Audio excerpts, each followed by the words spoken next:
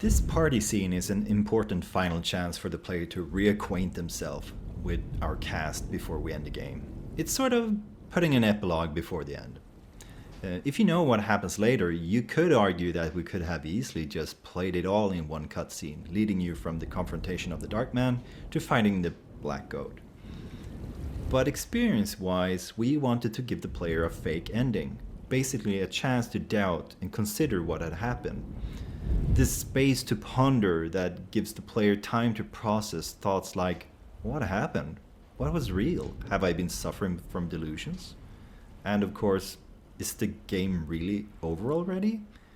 Everything is kind of pointing to the fact that your part of the story is over, and all you have to do is wait for your companion to arrive and you can go back to New Orleans.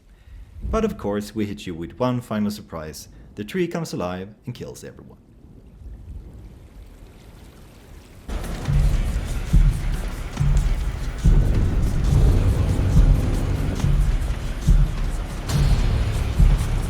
After the Black Goat escapes, she leaves the conservatory in this destroyed state. This was really hard work for us to solve because we pretty much destroyed the full conservatory and added a lot of effects, and it was a lot of performance issues, and we had to solve the problem where we actually moved the player to another location where we have these models. And yeah, I hope you enjoy it.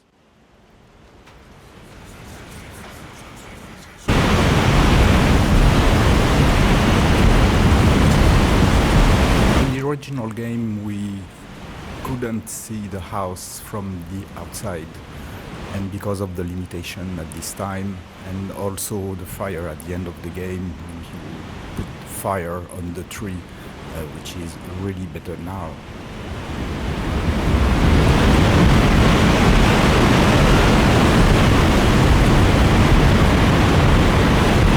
Her satanic side, we put 5 legs into the monster design of the Black Goat, and if you would draw a line between the hooves, it would create a pentagram.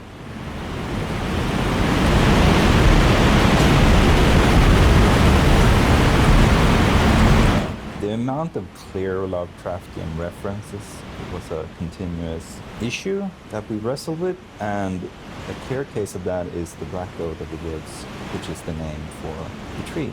So we start out with learning about this cult, that this is something that the staff mainly is engaged with. As more we learn, we figure out the connection to Shub-Niggurath, and also if you're very Lovecraftian nerdy, you will start to think of the Dark Youngs, which are these big trees that can move and fight.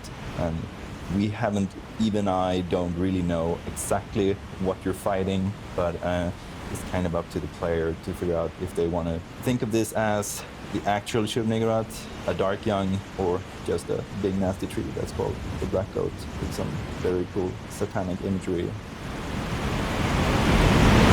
Oh, I like this surprise. Actually, in the original game, the tree was down in the caves, and now the tree, you can see it since the beginning, and you fight it from the attic. This is quite a good surprise.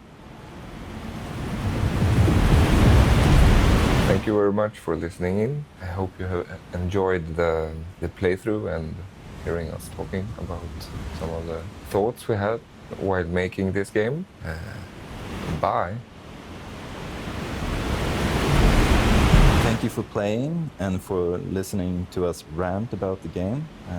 Again, I'm Mikael Hedberg, creative director, signing off. Thank you for listening to us, and if you are still here and 30 years after the first episode, it means that you are a very good fan. Thank you to you.